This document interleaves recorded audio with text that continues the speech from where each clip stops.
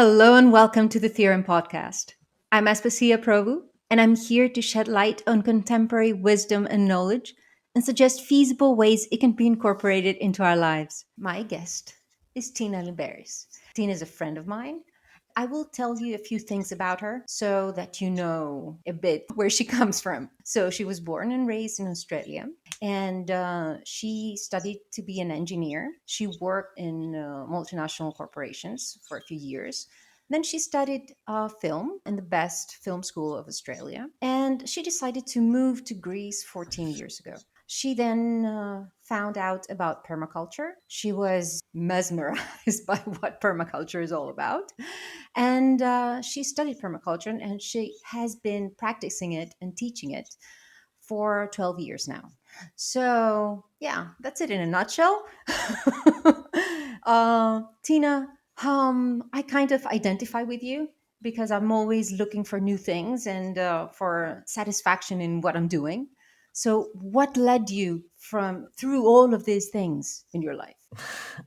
First of all, good morning, and thank you for inviting me to this podcast. And I wish you all the best with it. It's a fantastic idea, and it's really great to see you doing something that you really love and materializing this vision, because we've been talking about it since I think last year at least. And Uh-huh. you've probably been thinking about it for a lot longer. So congratulations. Thank you. Thank you. It's so good to have you here. Yeah, it's so good to be here. Well, what led me to this, through all these changes?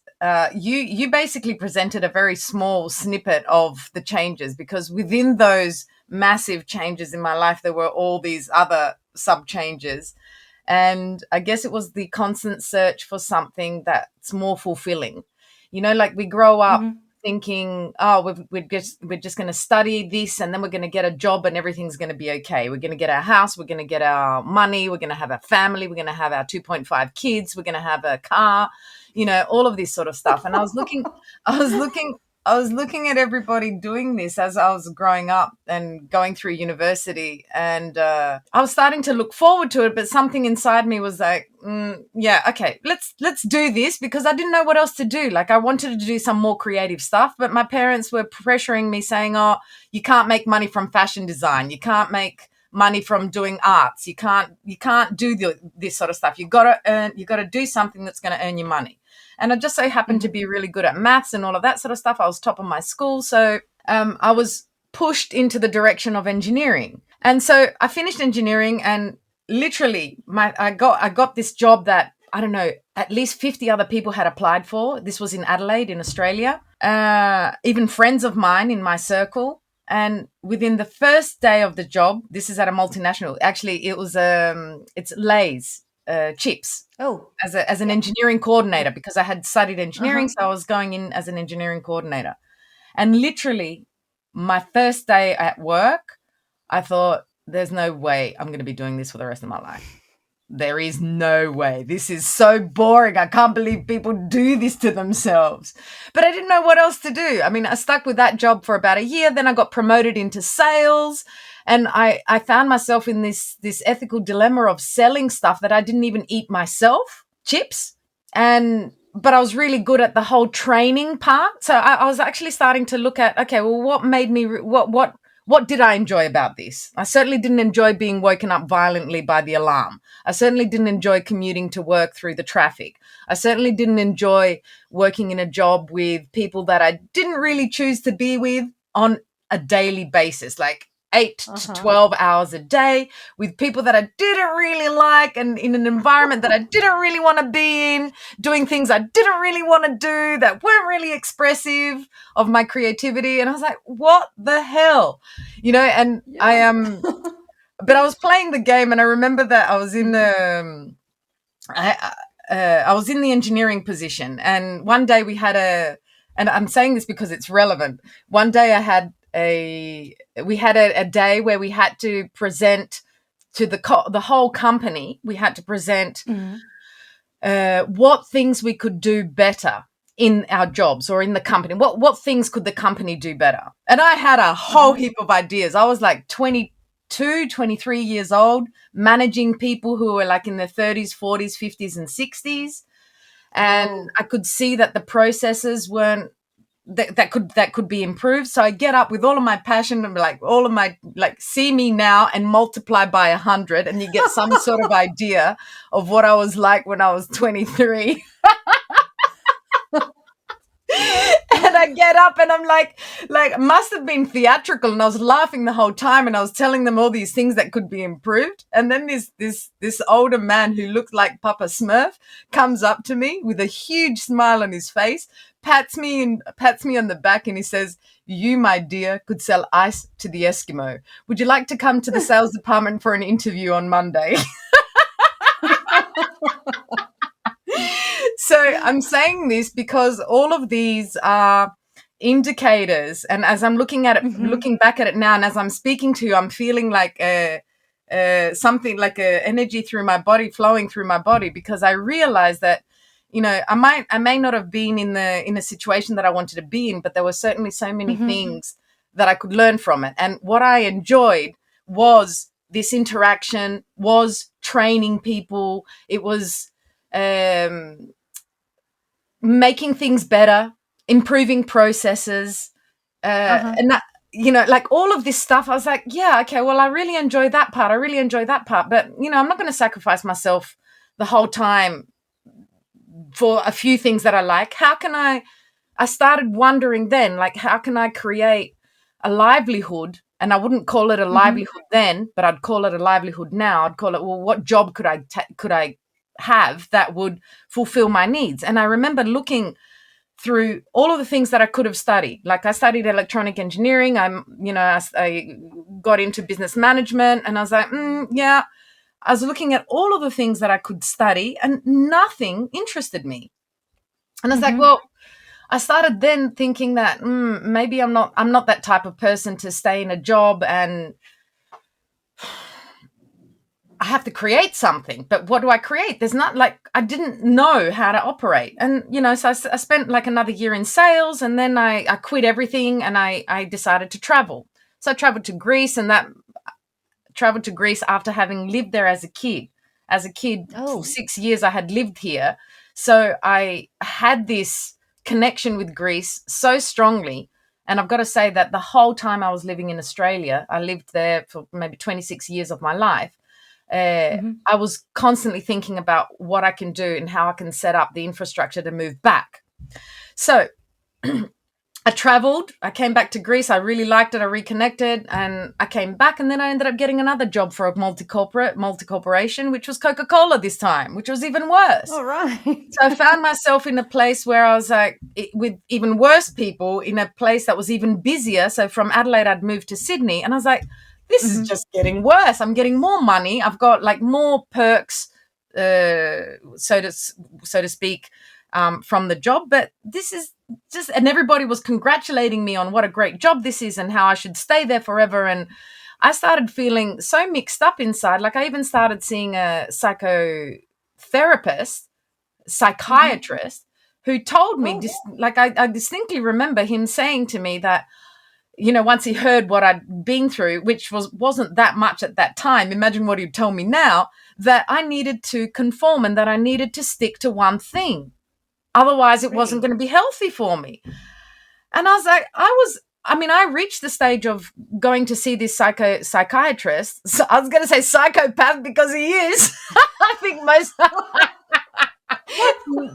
the people, I think, doing those kind of jobs are like insane themselves, and they're looking for solutions that they can't find themselves, so they try to find it through others.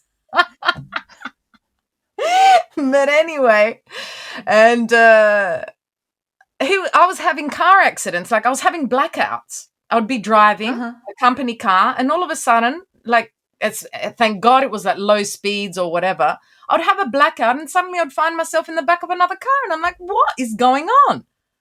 And it was simply like I just didn't want to be there. Like my body reacted and he said, like, you've got to stick to something, whatever. Literally, I stopped seeing him, and I returned the car keys and to Coca-Cola, and I said, here are the keys. I want my soul back. I don't want to work anymore. And it was 1 month before my shares were doubled. So there were all my shares in the company, right? So like there were all these If I stayed there for 2 years, I'd get this extra bonuses. I'd double my shares. I'd this, that, and that. And like none of that could entice me to stay.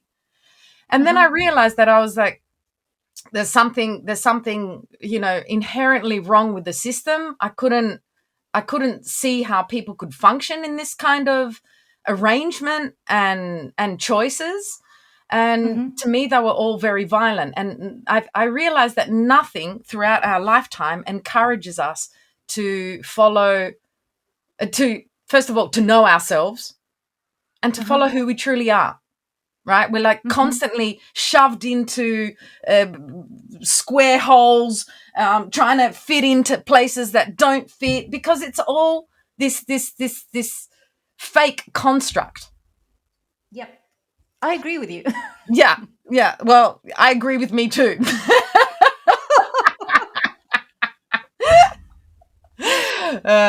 Anyway, so and nothing encourages us to really find who we are, to figure out what we like doing. It's like, oh, you're good at that, do that, like fit into this hole. There's no space to create. And so I realized that what was drawing me into all of or this kind of lifestyle was the fact that once I heard about permaculture, I distinctly remember I had moved already to Greece, and then I went back to Australia to help my mum harvest olives in Australia, which everybody thinks is so weird. The Greek took the olives there and she just like cultivated olives. And she said, I can't meet you that night because I've got a permaculture class. And I said, a perma what?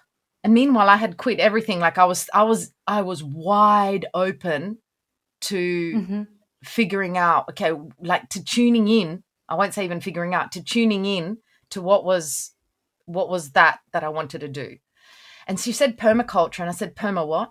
And she explained it, and I can't remember her words, but all I remember was what I was feeling was like this intense vibration throughout my entire body. And I was like, I got to learn this. Where are the seminars? I'm here in Sydney for another few weeks. I want to participate. How much does it cost? Like whatever. And to cut a long story short, I ended up participating in those workshops for 4 hours at a time.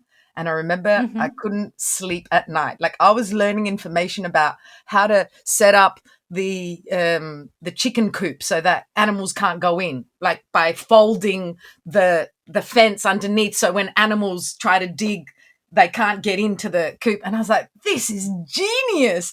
And I found myself getting excited about all this information that I was like, why?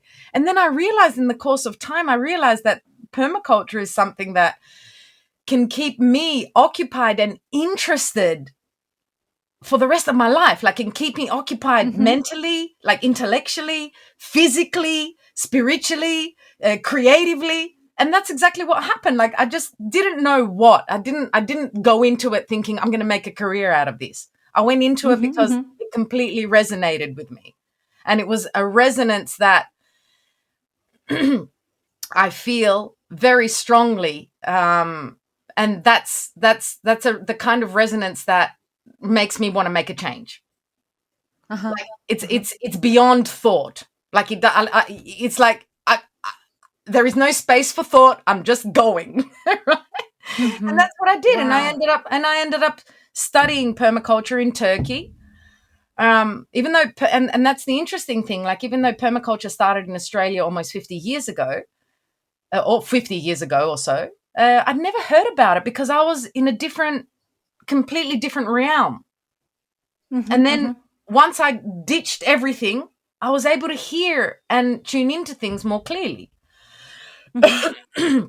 So that's how I ended up in permaculture, right. Which I guess I guess you want to know what it is.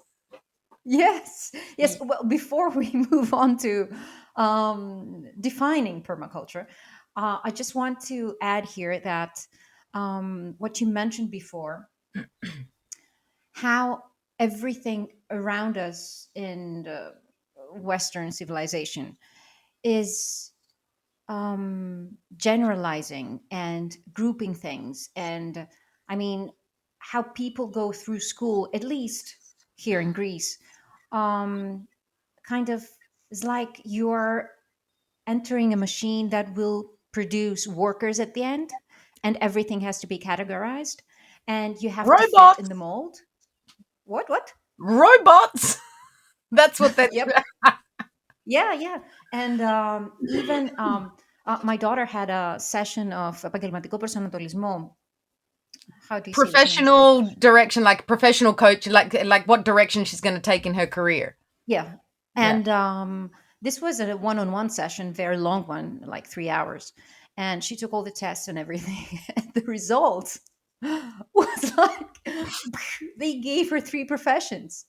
And there were many interesting elements, of course, but it was like, wow, there's so much more than three professions for a person, you know? And yeah, what you're saying is wonderful in the sense that it allows for our mind and our way of thinking to get some air, you know? Mm. It's not, we can find our purpose and our something that really fulfills us and makes us feel good and not have to compromise and fit in a mold.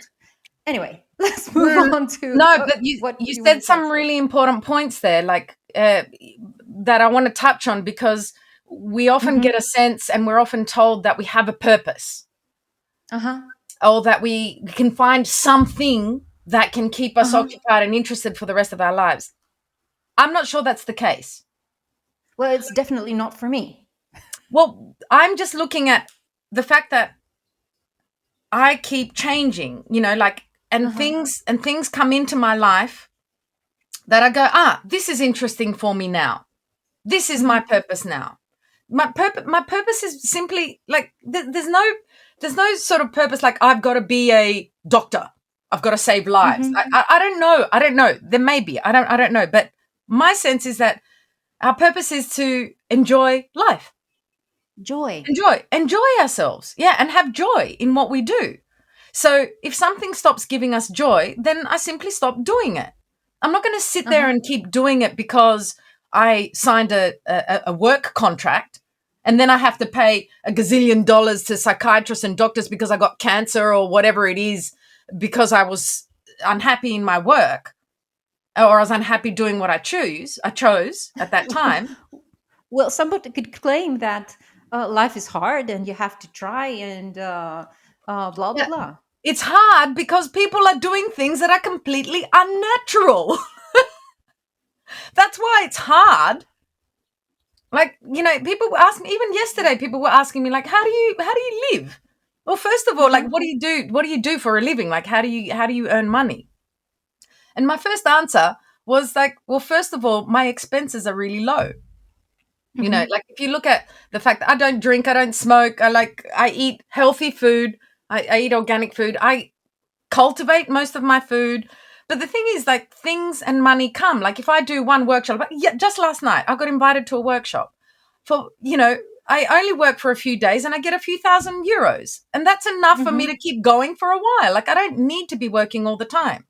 So what I wanted to, I think here it's a really nice thread, I think, and for this podcast is, how do we create our livelihood, right?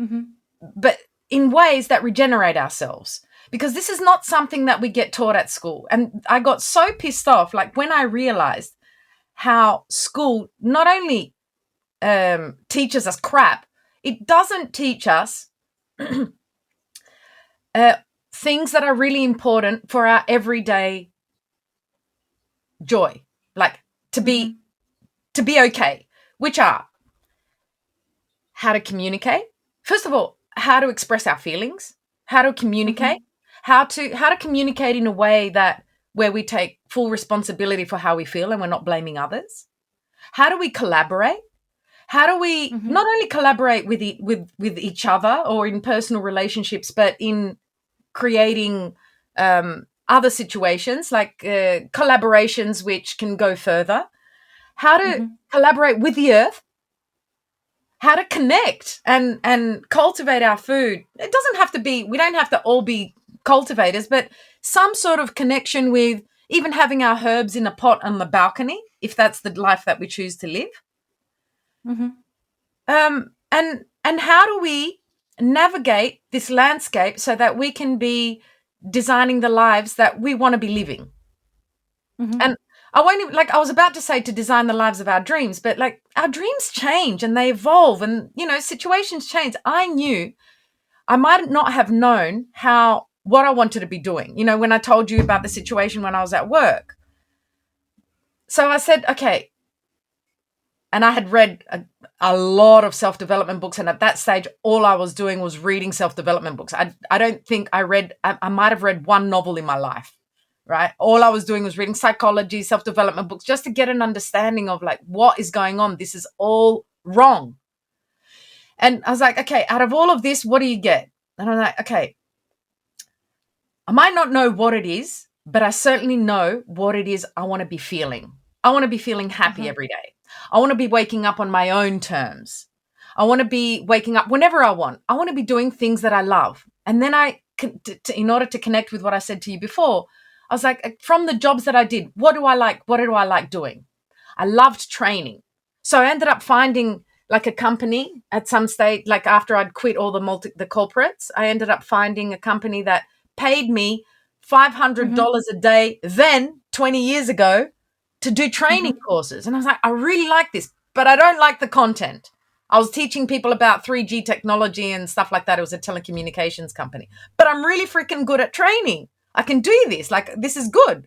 So I kept that, and I was like, okay, I started building my own portfolio of skills. And this is the first time I'm articulating this in this particular way, right? Now that I'm talking to you, I started literally building my own portfolio and my ideal job description, which now I call livelihood, which happens to be exactly what I'm living right now. I didn't consciously go, these are the steps to get there. I consciously, though, followed what was really resonating with me. And yeah, I did things that didn't resonate with me, but that was all part of the process, because even in doing things that didn't really resonate with me, I didn't really see what else I could be doing at the time. And, I lived those experiences, most of which because we've known each other for a long time. And I learned from those. That was my training. It was my so-called mystical school of training. That's what I had to live in a place which was next to the freaking highway in order to just like go, this is not what I want to be doing. I had to live in a really dry place in order to go, I want to live in a place that's got running water. And now I have running water everywhere around me. I want to live in a place with a view. I want to live in a place where I can feel happy and then feel like a queen. I want to be in a relationship where I feel like a queen, where I'm completely loved and adored, and I return that, and, we're building something beautiful together. And all of this is here right now. And so what I want to say is that it's not really a conscious process of design, but once I understood that these are the basic fundamentals of how I want to live, like I want to live in nature. It was not negotiable. I can't live in the city. I'm a nature girl. This is how it is. I want to live in nature. I want to do my own things. I want to work when I want and if I want. There were some times where I had seminars booked for permaculture, which is a topic I absolutely love. But the participants were ringing me and going, oh, but I can't do this and this and this date and this. And I was like, that's it. I'm canceling. Not even that. Like, I won't even trap myself in doing something, even though I love it, if I feel that the people aren't going to be fully there and they're not going to be fully present. So this whole thing of designing a livelihood has had for me the elements of identifying what it is that I wanted. Like, how did I want to feel? Emotion, because emotion, I feel, is what creates our reality, as well as, our logic to help guide us through the process. But emotion is that the heart is what guides us. What guided me. I can't say, oh, this is how it works and this is it, because even this stuff and our understanding of how things work is a constant evolution. But for me, like, if there was one message I wanted to get across today, is that we can design our livelihood. And permaculture helped me through this. The heart of permaculture is ethics, Which is and it basically, has you know about it because you've done some workshops as well.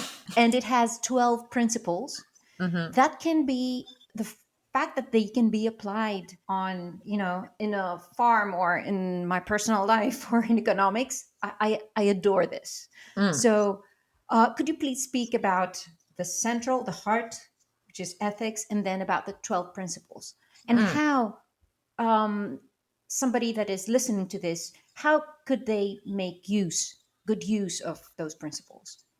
Every time I get asked about permaculture, I have a different answer based on what's alive in me Okay. right now. And Uh-huh. for me, That's perfectly permaculture is, fine. it's a design science that helps us design our lives in a way where we have all of our needs covered whilst we care for the earth and we care for people and we share whatever we have in surplus, Mm-hmm. which are the three basic ethics: fair share, people care, earth care, and fair share. Or some people change the order. How can we care? And care starts with ourselves. And this ties into everything that I've spoken about so far. Yes. And I love So, this. Yes, yeah, go on. so it is. And the permaculture design principles are principles that help us with the design. So the first one is observe and interact. I won't go through all the 12 principles because it's not going to be enough time. Observe and interact. And this ties in perfectly with all the stuff that I've been talking about today. I observed that through this process and what I was going through at a younger age, and my interaction with it showed me that this was not where I wanted to be. I observed that I loved training, that I loved being free to do what I like. Blah, blah, blah. So I started using these things subconsciously, unconsciously, or without knowing that these principles existed. I was using them to design my life. So these principles are essentially can be used in designing. They were first of all used to design land, like agricultural systems, and that's where the culture of permaculture comes from. It's permaculture comes from permanent agriculture, but through the course of time, it came to have the meaning of a permanent culture. So how can we create a culture that regenerates itself? How do we create an ecosystem like a land that regenerates itself? Which means, what does this mean? What does regeneration mean? It means that we build a system that has enough energy to rebirth itself through the course of its time and become stronger. So a system where it produces what it needs and it uses what it produces. Right. It's this So cycle. this is kind of easy to grasp when we talk about land and agriculture, but can you please explain how this can be applied to our lives, to our personal lives? And Yeah, and I'm going to tie it in with creating the livelihood because this is what the thing that's come up, right? What are the things that regenerate me? What are the things that give me energy? Ooh, love this. Love this. Yes. Yes. What are the things that give me energy at the moment? So, I'll give you an example of how my choice how my choice to get into permaculture has affected my whole life and how my feeling then was completely right. So I started teaching permaculture in Greece where no one had barely heard of it. There was one tiny little book that had been translated, which was called Permaculture in a Nutshell. And no one was running seminars. One seminar had been run years ago and then it disappeared. So then I started teaching permaculture without knowing anyone in Greece. I just started. I just teamed up with a girl who had organized the course, the first big permaculture design course in Greece. And I started. I just kept going with it. It just happened organically. Then people were asking me, is there a book? Is there more information? And I'm like, no, there's not. Hopefully someone will translate it. And then I realized that I had to do it. If you see the possibility, it's your responsibility. Yes, baby. This is one of my rhymes, which that's exactly leading into, it's a nice segue into the fact that I realized that, okay, this is all great, but I'm not the type of person to teach the same thing over and over again. I translated the book, and then all of a sudden I was like, there's enough information there now. I can go on to doing something else. So I started infusing song and dance and play and theatrical movement into my workshops. And all of a sudden it became like a social permaculture thing. And then suddenly, because I had studied sociocracy, which is like the art of collective decision making and all of this sort of stuff, I realized that I could infuse all of this into it. So my workshops essentially became play shops that integrated all the things that I feel like we should have learnt at school, which is communication, collaboration, and earth regeneration. And then I had this insight, and I developed a musical theatrical about composting and the cycles of life. I'd never sung in my life. But suddenly, all of a sudden, I was like starting to look for singing lessons and like songs that we could sing together and all of this sort of stuff. All of a sudden, I had a musical theatrical called Compostopia, which is about the composting and the cycles of life done through, basically, it's my life. They find me sleeping on the compost. And someone years ago had said to me, because I was so passionately explaining composting, they go, "You're not Tina, you're Compostina." And I laughed so hard. And I went, that's exactly right. I'm going to use that one day. And Compostina became the center of my universe. Like, she started rhyming, the possibility. If you see the possibility, it's your responsibility. The possibility of what, I hear you ask? The possibility to take off your mask and bask in the glory of a real task. And what's a real task, I hear you ask? And this ties in perfectly. To respond to the call inside your soul. Break the mold of what you're being told. Be bold. Tell a story that's untold. Allow life to unfold. If you see the possibility, it's your responsibility. But what does this mean in practical terms? An example is to express your concerns. Express what you're feeling. Express what you're seeing. Express what you're hearing. Express what you believe in. Dance it, rap it, sing it, draw it, write it, speak it, scream it, own it. There is really no norm. Expression could take any form. So if you have a vision that's beyond television that only you, for now, can see, then it's your responsibility to bring that possibility into reality. Don't let anyone or anything get in your way. Who am I anyway to judge? We're all equal in this cosmic sludge. You are me and I am you. We're all expressing and reflecting each other's view. So now we're here, and we're here to say it's our time to do it our way. It's our time to do our way. If you see the possibility, it's your responsibility. If you see the possibility, it's your responsibility. And all of a sudden, I became a rhyming composter, the composing composter, composting. And all of this to say that I'm not this extra special person or whatever. Like, we all have this stuff inside of us. Right. And I'm just having fun doing this and discovering all of the aspects of myself. And permaculture really helped me do it. Like, through permaculture, I had the skills to design the land, to design my life, to understand why I was making certain choices, to express my passion for permaculture and composting through a theatrical. And all of this, no one can say you're a non-conformist or and I don't care anymore. As much as possible, as much as it is possible to not care, because I still am a permaculturist at heart. I am just expressing it in different ways, and in ways that are close to my heart. I'm taking all of this in. And breathing.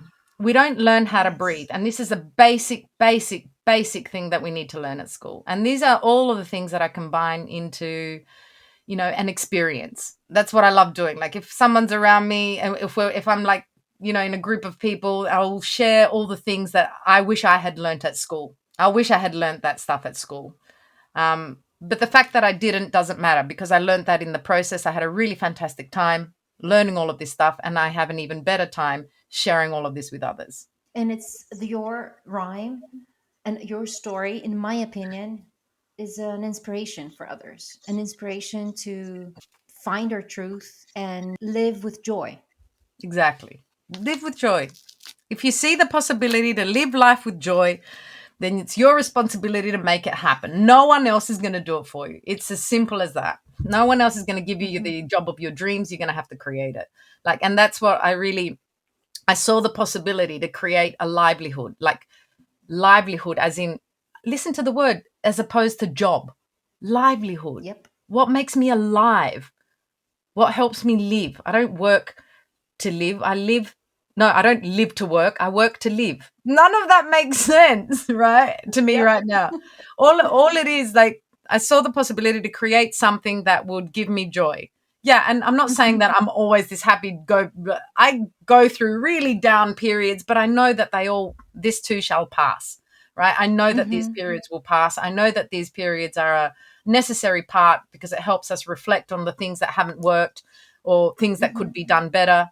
And then I just keep going, and I Mhm. have these beautiful moments of connection with people like you, and we help each other along the way and support each other and remind each other what it is Yep. that gives us joy. Yes. And this course correction is something I believe that is very, very important. And in order for us to do that, we need at least a few moments of stillness and silence, just to look inside and hear our inner voice that always is always trying to tell us things. Exactly. It's a But yeah, what I'm thinking now is that the machine that we mentioned earlier, the educational system and society and blah blah blah, all of those things who don't allow for this stillness. So we have to claim stillness. We have to make time for a stillness. And like this week for me has been so hectic, and I was thinking that yes, I need to take a full day off to just to listen to myself and to look inside. Because yes, I do enjoy doing this very much, but it takes a lot of time, and yeah, I need to take time off so that I'm not doing this because I'm supposed to, but because I love this and I feel joy doing it. Well, yeah, this reminds me of another rhyme that I wrote. This one is called, and I dedicate this to you, it's called Space is Where the Magic Happens. Because that's Hmm. exactly what you're talking about. We want to create magic in our lives. We want to create this, we want to see the other choices, but we're not going to be Hmm. able to see them unless we create that space. A lot of people say, for example, I'll quit this job when I find something else. I'm not sure that works. We need to create the space first and then allow things to happen. But the thing is, the key to that is trusting this process and trusting that you're going to find what it is that you want to do Hmm. next. And it's not about, having one thing to do for the rest of your life. It's about being true to to the thing that you want to be doing at the time that you want to be doing it. That's it. Hmm. Hmm. So for me, space is where the magic happens. I haven't said these rhymes for such a long time. Like it's like I've completely gone out of this. And this is something that I miss. So thank you for giving me the Hmm. opportunity to remember again how much I love rhyming and how much, other things have taken up space. But now I'm really ready to get into a space where magic can happen. So here we go. If you Hmm. want to get to that magical place inside yourself, because that's where it is, then you need to create a lot of space. So focus on yourself and not on others' biz. We have for free the most magical technology. You can use it anytime to get high. It's called the breath. It improves psychology. You can get it anytime from the sky. Anytime you feel confused, stressed, angry, or sad, breathing is the first thing you can do. Breath means inspiration, so you get information that will help you reach a new breakthrough. There's more technology that gives you space. Meditation, stretching, dancing, and shaking all help the negativity to displace so the brand new you can flow with grace. Give space for life to flow through your body. Give space for love to flow through your heart. Give space for quiet to enter your mind. Give space to embrace life as an art. Space is where the magic happens. Space is where the magic happens. Space is where the magic happens. Space is where the magic happens. Space is where the magic happens. Space is where the magic happens. Thank you so, so much. Thank you. It's my pleasure. Thank you very much for giving me the space to express and connect with you and with whoever's listening to this. And I hope it's been a source of inspiration, at least for people to just create the space for magic to happen in their own lives. Tina, I love you and I appreciate you. And this was a wonderful session. Thanks. Thank you so much, Aspasia. Thank you for listening to the Theorem Podcast. Connect with me on social media at Aspasia Provou and at theorem.podcast and share your thoughts. You may support us on Patreon. Visit the website aspasiaprovou.com/theorem for more. Τα λέμε σύντομα. Meaning talk to you soon in Greek. Aspasia's Theorem Podcast does not provide advice, medical or any other kind. It just presents the opinions of its host and guests. If you have any specific problems, please visit your physician or a medical expert for help. Anything said should not be taken as a replacement for medical, clinical, or professional advice, diagnosis, or medical intervention. The episodes of Aspasia's Theorem Podcast may, at times, cover sensitive topics including, but not limited to, mental health, nutrition, health, politics, spirituality, alternative medicine, energy healing, and the use of plant medicines. You're advised to refrain from continuing if you are adversely impacted by any of these topics.